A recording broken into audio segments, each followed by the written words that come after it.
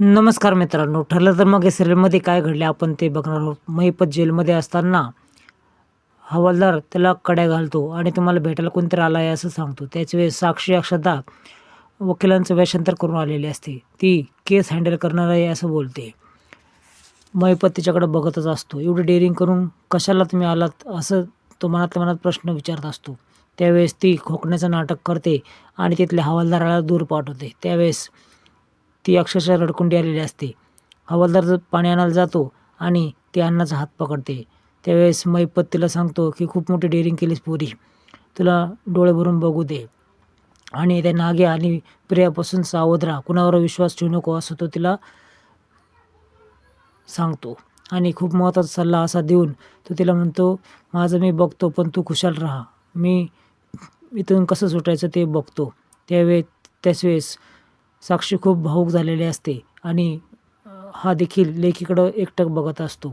त्यानंतर तो पाणी घेऊन येतो आणि त्यांच्या गप्पा थांबतात. आता थोडा वेळ ती थांबते आणि केस पेपर घेऊन जाते. तर खूप छान असं वेषांतर त्यांनी केलेलं असं तुम्ही व्हिडिओमध्ये नक्की बघा. इकडे सुमन एकटक बसलेली असते आणि तिला जेवायला चल असं प्रतिमा आत्या बोलतात. त्याच वेळेस नागराज तिथं येतो आणि जेवायला चल सुमन असं बोलतो.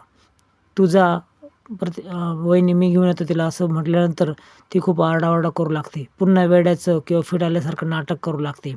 नागराजला प्रतिमा आत्या बोलते, तुम्ही खाली जा, मी हिला घेऊन येते. नागराजला पाहून ती खूपच हे झाली असते. त्यावेळेस तो बोलतो की बरं झालं, ही वेळीच होणार आहे असं वाटतंय. त्यावेळेस नागराज खाली निघून जातो. इकडे अश्विनला भूक लागलेली असते. प्रियाला तो आवाज देत असतो पण प्रियाचं लक्ष नसतं. शेवटी गडबडून ती उठते आणि मला जेवायला वाढा असं बोलते. तिने चांगला राईस मागवलेला असतो पण ते पार्सल काय तिला मिळतच नसतं. ती इकडं तिकडं शोधते पण पार्सल नाही असं ती बोलते. त्यावेळेस पार्सल कुठं गेलं असं ती विचारते. त्यावेळेस अश्विन बोलतो की तू कुठं ठेवलं आहेस का? त्यावेळेस अच्छा, मला कळलं आहे हे पार्सल कुठं गेलं असेल. मी तिथं टेबलावर ठेवलं होतं आणि तिथून गायब झालं. याचा अर्थ नक्कीच सायलीने ते गायब केलं असं ही अंदाज लावते. खरं तर ती स्वतःला खूपच शहाणी समजत असते. ती वाटेल ती बडबड करू लागते. त्याच वेळेस अश्विन देखील सायलीला बोलतो, तू हे लपवलं आहेस का? त्यावेळेस मी आपल्या माणसांना उपाशी ठेवू शकत नाही. हे सर्व कल्पना, अस्मिता आणि प्रताप देखील बघत असतो. त्याच वेळेस पूर्णाजी देखील त्या ठिकाणी येते. आता पूर्णाजी देखील बोलते ते असं कधीच करणार नाही. आता पूर्णाजी बोलते म्हटल्यावर सर्वांचं लक्ष त्यांच्याकडे असतं. त्याच वेळेस तिथं अर्जुन देखील येतो. अर्जुन, प्रताप हे सर्व बघतच असतात की पुढं काय होणार आहे. आता त्यावेळेस सायली ताट पुढे घेऊन त्यांच्यासमोर येते आणि मी आपल्या माणसांना कधी उपाशी ठेवू शकत नाही असं सायली बोलते. खरं तर मी जाताना सगळा स्वयंपाक करून गेले होते पण ही प्रिया चांगली तोंडावर पडणार असते.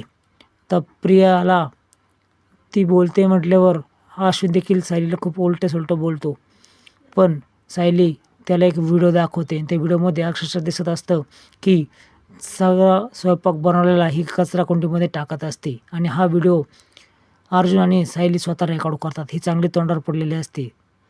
तिच्याच पायावर तिने कुऱ्हाड मारून घेतली असं दिसतं. आता हा व्हिडिओ अक्षरशः अश्विन बघतो आणि पूर्णाजी देखील बघते. आता अश्विन पूर्णाजी आणि अस्मिताला झालेला त्रास बघून खूपच चिडलेला असतो. तो इतका उलटसुलट ह्या प्रियाला बोलतो की तुला जरा देखील कळलं नाही, माझी आजीला म्हणजे पूर्ण आईला गोळ्या घ्याव्या लागतात आणि अस्मिता प्रेग्नंट आहे, तिला देखील तू उपाशी ठेवण्याचा प्रयत्न केलास, तू किती नीच आहेस तू. ही मान खाली घालून उभीच असते. त्याचवेळेस अर्जुन बोलतो की अजून तर भरपूर सत्य बाहेर यायचं आहे. आता हा व्हिडिओ पाहिल्यानंतर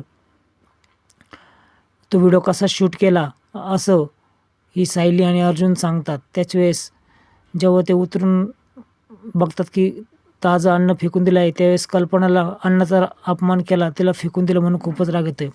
तू सायलीला तोंडावर पाडण्यासाठी एवढं खालच्या तळाला जाऊ शकते असं प्रताप बोलतो आणि अश्विन मान खाली घालतो. पण ह्या प्रियाला तो सोडत नाही आणि तुझी हीच शिक्षा आहे की तू दिवसभर आज उपाशीच राहायचं आहे. आता उपाशी राहायचं म्हटल्यावर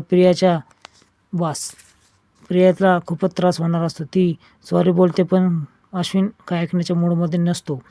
आता पूर्णाजी त्याच वेळेस बोलते की अजून भरपूर काही आमच्या समोर आले हवे पण ते तुझ्या डोळ्यासमोर अजून येत नाही आहे.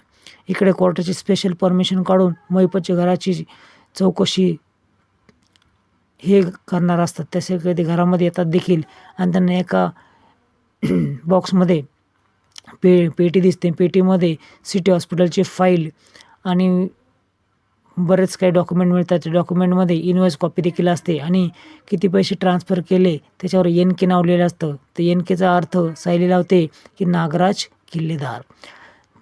तर अर्जुन आणि सायली पुढे काय शोध लावतील हे आपण पुढच्या एपिसोडमध्ये नक्की बघूयात. असेच नवीन अपडेट्स बघण्यासाठी हे चॅनल सबस्क्राईब करा, बेल आयकॉन दाबा. व्हिडिओ पाहिल्याबद्दल धन्यवाद.